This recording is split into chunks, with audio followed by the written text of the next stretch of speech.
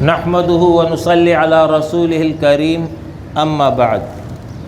حضرت عبداللہ بن عمر رضی اللہ عنہ بیان کرتے ہیں، رسول اللہ صلی اللہ علیہ وسلم نے فرمایا، اللہ کے ساتھ شریک بنانا، والدین کی نافرمانی کرنا، قتل نفس اور جھوٹی قسم اٹھانا کبیرہ گناہ ہیں۔ یہ حدیث امام بخاری نے نقل کی ہے۔ آج کی حدیث چند بڑے گناہوں کو بیان کر رہی ہے۔ گناہ اللہ اور اس کے رسول کی نافرمانی اور اس کے حکم سے سرتابی کا نام ہے، جو کہ اللہ رب العالمین کو سخت ناپسند ہے اور اس کی نعمتوں اور رحمتوں سے محرومی کا سبب ہے۔ اللہ رب العالمین نے انسان کو اپنی عبادت کے لیے پیدا کیا۔ عبادت کا مطلب اطاعت اور بندگی ہے، وفاداری ہے۔ اس پر عمل کے نتیجے میں اللہ کی رضا اور جنت حاصل ہوگی، جبکہ اس اطاعت اور بندگی سے انکار یا اس کی خلاف ورزی کے نتیجے میں اللہ کے غضب، ناراضگی اور پھر عذاب نار کی صورت میں قیامت کے دن وبال سامنے آنے کا امکان موجود ہے۔ لہٰذا اللہ اور اس کے رسول نے تعلیمات دی ہیں کہ جو احکام دیے ہیں ان کی پابندی کرو، اور جن چیزوں سے بچنے کا حکم دیا ہے اس سے پرہیز کرو، تبھی تم کامیاب ہوگے۔ آپ صلی اللہ علیہ وسلم نے متعدد احادیث میں امت کو بتایا ہے کہ وہ کون سے امور ہیں کہ جس سے اجتناب لازم ہے۔ یہ امور گناہ کہلاتے ہیں۔ یاد رکھیے، ہر گناہ اور نافرمانی یہ ایک ہی درجے کے نہیں ہے، بلکہ اشخاص، حقوق، زمان اور مکان اور اس گناہ پر مرتب ہونے والے نتائج کی بنیاد پر اس کی قباحت اور شناعت میں کمی اور زیادتی ہوتی ہے۔ چنانچہ قرآن و حدیث میں تمام جو اقسام بیان ہوئی ہیں اس کو اہل علم نے بعض جگہ پر مرتب کیا ہے، اور اس کا خلاصہ یہ نکالا ہے کہ تمام گناہ دو قسم کے ہوتے ہیں: کبیرہ گناہ، صغیرہ گناہ۔ کبیرہ گناہ وہ بڑے گناہ جس کے ارتکاب کرنے والے پر اللہ اور اس کے رسول نے لعنت بھیجی ہو، یا اسے جہنم کی وعید دی گئی ہو، یا دنیا میں اس پر کسی سزا کا ذکر ہوا ہو، اس کو کبیرہ گناہ کہتے ہیں۔ جبکہ دوسرے نمبر پر ہے صغیرہ گناہ، یعنی وہ گناہ جس کے ارتکاب کرنے والے پر نہ تو قرآن و حدیث میں کوئی لعنت کا ذکر ہے، اور نہ سخت نتائج کا ذکر ہے، اور نہ ہی دنیا میں کسی سزا کا ذکر ہوا ہے، البتہ وہ فعل قابل ملامت ہے، تو یہ صغیرہ گناہ کہلاتے ہیں۔ قرآن مجید میں ان دو قسم کا ذکر قرآن کی اس آیت میں آیا، یعنی جن بڑے بڑے گناہوں سے تمہیں روکا گیا ہے، اگر تم ان سے بچتے رہے تو ہم تمہاری چھوٹی چھوٹی برائیوں کو تم سے مٹا دیں گے اور تمہیں عزت کی جگہ داخل کریں گے۔ یعنی وہ گناہ جن کے بارے میں وعید نہیں آئی ہے، وہ گناہ تمہارے مٹا دیں گے۔ شرط یہ ہے کہ ان گناہوں سے پرہیز کرو جس کے بارے میں اللہ اور اس کے رسول نے سختی سے ذکر کیا، اس کی ممانعت کا حکم دیا۔ تو کبیرہ گناہوں سے بچو گے تو صغیرہ گناہ اللہ فرما رہا ہے کہ میں خود اس کو معاف کر دوں گا، اور اس کی معافی کی مختلف شکلیں احادیث میں بیان ہوئی ہے۔ کامل وضو کرو، تمہارے گناہ معاف ہو جائیں گے۔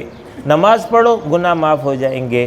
اسی طریقے سے رمضان کے روزے رکھو، گناہ معاف ہو جائیں گے۔ حج اور عمرہ کرو، گناہ معاف ہو جائیں گے۔ مسجد کی طرف چل کر آؤ، ہر قدم پر تمہیں ایک گناہ معاف ہو جائے گا اور تمہیں ایک نیکی مل جائے گی، وغیرہ وغیرہ۔ تو یہ ذریعہ اللہ رب العالمین نے بنایا ہے چھوٹے گناہوں کی معافی کا، بس شرط یہ ہے کہ کبیرہ گناہوں سے اجتناب کرو۔ تو آج کی حدیث 4 بڑے گناہوں کو ذکر کر رہی ہے۔ یاد رکھیے کہ حدیث میں کسی ایک جگہ پر تمام کی فہرست درج نہیں ہے، بلکہ رسول اللہ صلی اللہ علیہ وسلم نے مختلف مواقع پر مختلف حالات کے پیش نظر یہ کبیرہ گناہ بیان کیے ہیں۔ ان کی ایک لمبی فہرست ہے جسے میں نے ذکر کیا، چند صرف آپ کی تذکیر کے لیے بیان کر دیتا ہوں۔ شرک ہے، قتل ہے، جادو ہے، نماز نہ پڑھنا ہے، زکوٰۃ نہ دینا، روزہ نہ رکھنا، حج نہ کرنا، والدین کی نافرمانی، رشتہ داروں کے حقوق ادا نہ کرنا، زنا، لواطت، سود، اسی طریقے سے یتیم کا مال کھانا، اللہ اور اس کے رسول پر جھوٹ باندھنا، جنگ سے فرار، حکمران کا عوام کو دھوکہ دینا، ان پر ظلم کرنا، تکبر، جھوٹی گواہی، شراب پینا، جوا، اسی طریقے سے بے گناہ عورت پر الزام زنا لگانا، مال غنیمت میں خیانت کرنا، چوری کرنا، ڈاکہ ڈالنا، جھوٹی قسم، ظلم کرنا، ظالمانہ ٹیکس لینا، مال حرام کھانا، خودکشی، جھوٹ بولنا، رشوت لینا، غلط فیصلے کرنا، عورتوں کا مردوں کی مشابہت اختیار کرنا، وغیرہ وغیرہ۔ اسی طریقے سے اور بھی فہرست ہے۔ تو یہ کبیرہ گناہ ہے، ان کبیرہ گناہوں سے بچو تو صغیرہ گناہ اللہ فرما رہا ہے کہ میں خود معاف کر دوں گا۔ آج کی حدیث میں جس کا ذکر آیا ہے اس میں نمبر 1 شرک باللہ، یعنی اللہ رب العالمین کی ذات، صفات، حقوق اور اختیارات میں مخلوق کو شریک قرار دینا، یہ سب سے بڑا گناہ ہے۔ ان الشرک لظلم عظیم، اللہ رب العالمین نے شرک کو بہت بڑا ظلم قرار دیا۔ دوسری قسم بیان ہوئی ہے والدین کی نافرمانی۔ اللہ رب العالمین اور رسول اللہ صلی اللہ علیہ وسلم کے بعد ایک انسان پر سب سے بڑا اور اہم حق اس کے والدین کا ہے۔ انشاءاللہ تعالی اس موضوع پر میں مستقل بیان کروں گا۔ تیسری چیز جو یہاں ذکر ہوئی ہے قتل نفس، کسی جان کو بلا سبب قتل کرنا، یہ بہت بڑا گناہ ہے۔ اور چوتھی چیز جو ذکر ہوئی ہے جھوٹی قسم اٹھانا، جبکہ ایک روایت میں جھوٹی گواہی دینا اس کا ذکر آیا ہے۔ بہرحال جھوٹی گواہی ہو یا جھوٹی قسم ہو یا جو ہے جھوٹ بولنا ہو، یہ سب کے سب گناہ کبیرہ ہیں۔ ان تمام کبیرہ گناہوں سے بچنا لازم ہے۔ آخری بات یہ سمجھ لیجئے، اگر ایک شخص گناہ کبیرہ کا مرتکب ہو گیا ہے تو پھر اس کی معافی کیسے ہوگی؟ تو یاد رکھیے، صغیرہ گناہوں کی معافی کا فارمولہ تو میں نے آپ کو بتا دیا کہ وہ جو ہے نیک اعمال کے نتیجے میں اللہ رب العالمین معاف کر دیتا ہے۔ کبیرہ گناہوں کی معافی کے لیے شرط لازم یہ ہے کہ وہ دنیا میں توبہ کرے گا، بغیر توبہ کیے تو معاف نہیں ہوگا۔ باقی اللہ کی مرضی ہے، بغیر توبہ کی وہ معاف کر دے تو اور بات ہے، سوائے شرک اور کفر کے، کہ شرک اور کفر پہ مر گیا تو قیامت کے دن تو اس کی معافی نہیں ہوگی۔ باقی جو کبیرہ گناہ ہے بغیر توبہ کیے چلا گیا تو پھر یہ اللہ کی مرضی پر ہے، چاہے تو معاف کر دے اور چاہے تو سزا دے دے، لیکن دنیا میں اس کا طریقہ یہ بتایا ہے کہ توبہ کر لو تو میں تمہارے ان گناہوں کو معاف کر دوں گا۔ یہ آخری عشرہ چل رہا ہے، گناہوں کی معافی کے حوالے سے انتہائی اہم عشرہ ہے۔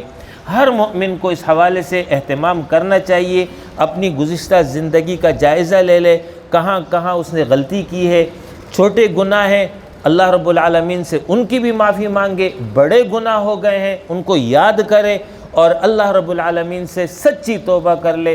انشاءاللہ تعالی اللہ رب العالمین رحیم، مہربان، غفار، غفور ذات ہے، وہ معاف کر دے گا۔ وآخر دعوانا ان الحمد للہ رب العالمین۔